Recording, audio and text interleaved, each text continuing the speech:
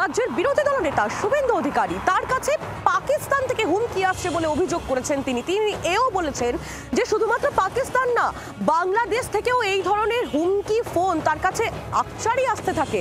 ঠিক এই বিস্ফোরক অভিযোগ রাজ্যের বিরোধী দলনেতা শুভেন্দু অধিকারী। দিল্লিতে বিস্ফোরণ কাণ্ডের আবহ এবং তারই মধ্যে চাঞ্চল্যকর অভিযোগ করছেন রাজ্যের বিরোধী দলনেতা।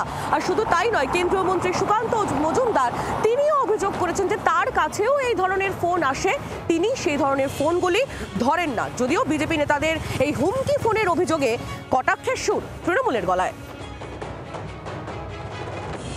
এখানে ইসলামিক টেররিজম পশ্চিমবঙ্গ হয় না, তার কারণ পশ্চিমবঙ্গে এই এক্সট্রিমিস্ট ফোর্সরা তারা মনে করে এটা ওদের সেফ জায়গা, মমতা ব্যানার্জি থাকার জন্য এটা ওদের কাছে সেফ জায়গা।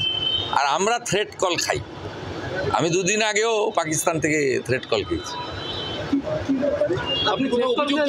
না না, যাদের ইন্টারনাল জানলে জানিয়েছি, ডেলি করে, বাংলাদেশ থেকে তো ডেলি প্রত্যেক দিন করে। আমার হোয়াটসঅ্যাপ নাম্বার সবাই জানে।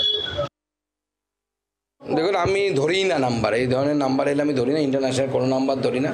ইন্টারন্যাশনাল বেশ কিছু ফোন এসেছে রিসেন্ট বেশ কয়েক মাসে আমার কাছে, কিন্তু আমি কোনো ফোন ধরিনি। আগে খালিস্তানিদের কাছ থেকে থ্রেট কল আসতো, সেটাও আমি পেয়েছি। গুরুত্ব দিই না আমরা এগুলোকে। বিজেপির উপর এত রাগ কেন এদের? কারণ এরা যেটা চাইছে সেটা আমরা করতে দিচ্ছি। এটা হচ্ছে হাওয়া গরম করলেন উনি, কারণ Z+ সিকিউরিটি এখন ওটা যাতে বজায় থাকে, হেরে যাওয়ার পর থাকবে না।